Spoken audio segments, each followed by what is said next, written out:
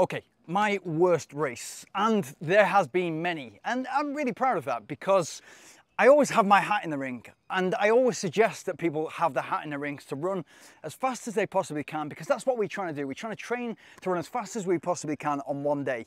And so once I got into running and I started to show some signs that I could gain back the talent that I had as a kid, running cross country, running track and field, I started to win races. My philosophy very quickly became, I'm going to go there and try to win that race. And if that means risking it, putting it on the line, being in the red zone and potentially blowing up and not finishing, that's my philosophy. And it also became that if it's a trail race, if it's a road race, if it's an ultra race, I want to go there and I don't just want to win the race, I want to set the fastest time that's ever been ran there. So I want to break the course record. And of course, when you're aiming like that, it's not the greatest strategy for winning as many races as you possibly can in your career.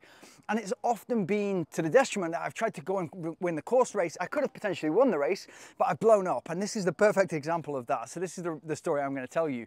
And the race it's a beautiful race. It's from Seville, 73 kilometers from Seville city centre start line to a little village or pueblo called El Rocio, which is like a western. There's no tarmac on the ground, it's only sand, and where the race finishes, it's on a carnival weekend where it's full of horse and carriages, it's full of horses, it's kind of like a show place. There's lots of like western bars, there's loads of stuff going on, so that kind of adds to it. And from the start to the finish, you're running through a forest, the famous forest in like the province of Seville, which is so picturesque, and it suits me perfectly because the course is very runnable. And so I've always looked for ultra races where it's very runnable, it's not very technical, and this is the perfect race for me. So 73 kilometers, and I'd looked at previous winners. I went there for the first time in 2016. I'd looked at previous winners and what their times had been, and this is always my strategy. It's always kind of like, okay, can I win this race? What is the pace? Is it, how runnable is it? And then create your strategy along that. And I saw that the course record was 5 hours and 22 minutes. So I thought, I'm pretty comfortable. I can run 4 minutes and 15 seconds per kilometer for this. And I'd done the sort of 73 times 4 minutes per kilometer. You know, that's about 5 hours or just under 5 hours. And I thought I could quite easily, comfortably run 4 minutes per kilometer for this race, which was about my time that I was aiming to run in 100K, which I eventually did. And so I got to this race, got there a couple of days before, went to the check-in, signed, got my bib, etc. I hadn't read the rules to the race because I thought, like most races, the winner is the person who runs from the start and crosses the finish line first. Running's quite simple. There doesn't need to be many rules. In this case, there did. And, you know, lesson learned, I should have read the rules to the race.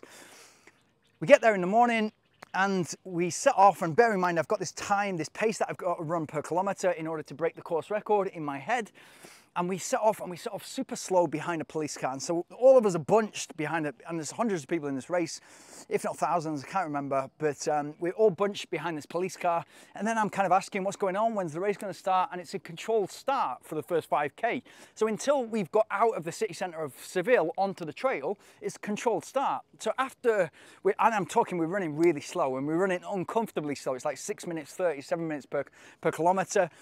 And I would have known that if I would have read the rules, but I didn't read the rules. So I'm kind of like running this pace, and I'm trying to do the maths in my head, what I need to speed up to in order to break the course record after the 5K, 67 kilometers, 68 kilometers, what is that, etc. So it starts to play tricks on you immediately. And then once we hit the 5K mark, a guy goes off the front, and I'm like, that's not 73K pace or 68 kilometer pace.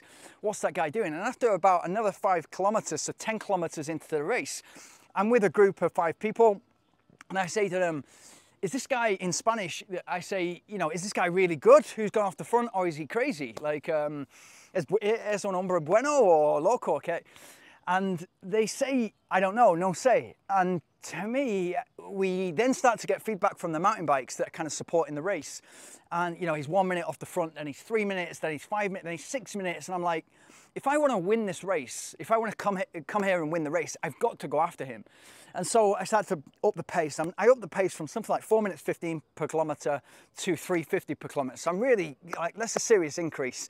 I start to catch him, and I get feedback from the mountain bikes. You're 4 minutes off him, you're 3 minutes, you're 2, and then all of a sudden I catch him at 35K. And he stops. And his relay partner, because I didn't realize there was a relay race going on at the same time, his relay partner takes basically the proverbial baton and carries on. I wait and try to get my drop bag. My drop bag's not there because I think that the drop bag that morning is going to there when it's not. So all the gels that I was prepared to receive at the halfway mark were now not there. And psychologically that plays tricks on you because you've not got access to the carbohydrate. I tried to take a couple of bananas, I take some sports drink, but it's not enough. And quickly, so I moved to the 40K, the 45K. I'm in front of this guy. So I'm at the front of the race and the relay. And then I'm getting the feedback from the mountain bikers. You're 10 minutes ahead of second place in the actual kind of 73K race. You're 12 minutes, you're 15, you're 16, you're 17, and then I'm 17 minutes ahead with 10K to go. But by this point, I've hit the wall. And I remember it so well because it was literally 10K to go and I couldn't walk and everything became really difficult. My heart rate was going out of control, but I was not listening to that anymore. I was just trying to survive to get to the end. And with 63 kilometers gone, I got to a drink station. I poured water on my quads and my quads felt like blocks of ice or blocks of wood. I was trying to do something to kind of go again. My head had gone, so I kind of like was stumbling all over the place. And I realized that I couldn't move forward. I tried to jog a little bit. I got another kilometer. I was still 15 minutes ahead. And a cyclist gave me a gel and I was like, do you have any more? No, I don't have any more. And I thought to myself, it's like a 2-hour walk, minimum 2-hour walk. And I was all over the place, but I'm gonna lose the race. And they were trying to encourage me to stay in the race. You're gonna podium even if you walk to the finish. And I've also missed my primary target, which was setting the course record. So in my head, it's kind of exploded. I'm not going to win the race. I'm not going to set the course record. And so what I've come here to do, I've not achieved. And so I failed. And so I dropped out and I got in the car. I had a chat with a guy who was kind of with the TV crew. I said, is it all right if I get to what I've come here to do has not happened and therefore I'm going to drop out. I'll try a different year. Circle back. So I dropped out. I remember congratulating the winner at the finish line, and he ran a sensible race. 2 years later, after the World Championships, I trained like crazy for the World Championships because my goal at that race was to try to break the British record. That had not come right, and then I used all that training and I went back to this race and set the course record by 28 minutes. So it still stands at 4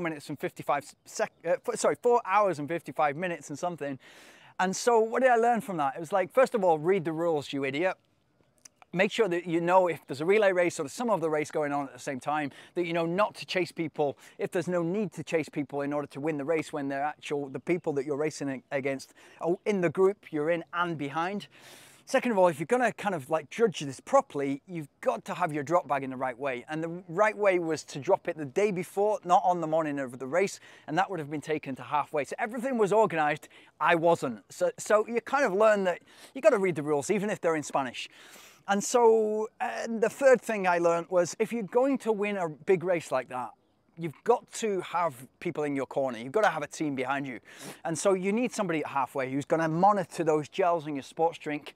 And ideally you need a cyclist. A lot of those guys have cyclists that can help them along the way. They're going to carry the bottles, they're going to carry the gels, they're going to pass you them when you need them. Whenever I've run a big race like that, whether it's Passatore, Valletta, you've got to have a cyclist in your corner. And it makes a huge difference. And the top runners, the top 20 usually have access to that.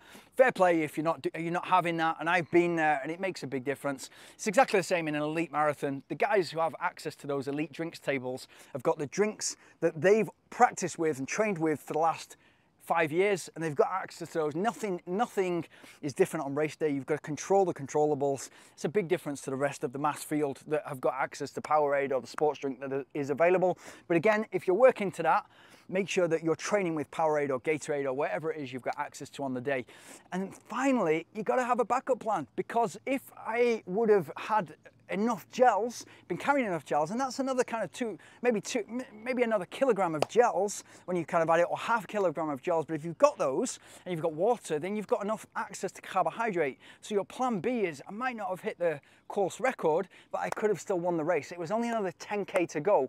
And then for me, it's all about salvaging. You've come here to do 1, 2, 3 things. You're not hit 1 and 2, but let's try and just win the race.